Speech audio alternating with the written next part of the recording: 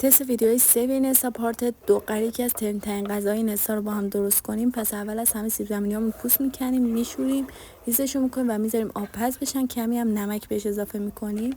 بعد از آبپز شدن با هر وسیله‌ای که دم دستمون بود کاملا لهشون میکنیم. نونای توستمون رو لبه‌هاشون میگیریم، داخل آب خیس میکنیم و به موادمون اضافه میکنیم و کاملا با هم دیگه مخلوط میکنیم. ادویه‌ای که داخل کپشن براتون نوشتم و با تخم مرغ دوباره به مواد اضافه میکنیم و کاملا همشون میزنیم. حالا وقتشه که موادمون رو به صورت کبابی شکل روی یه سطح صاف پهنش کنیم. وقتی پهن کردیم به صورت مثلثی برشش میزنیم و چند دقیقه داخل فریزر میذاریم. بعد از درآوردن داخل روغن داغ سرخشون میکنیم. وقتی به اندازه کافی سرخ شدن روی کاغذ روغنی روغن اضافهشون میگیریم و در نتیجه میشه این خوشمزه های جذاب.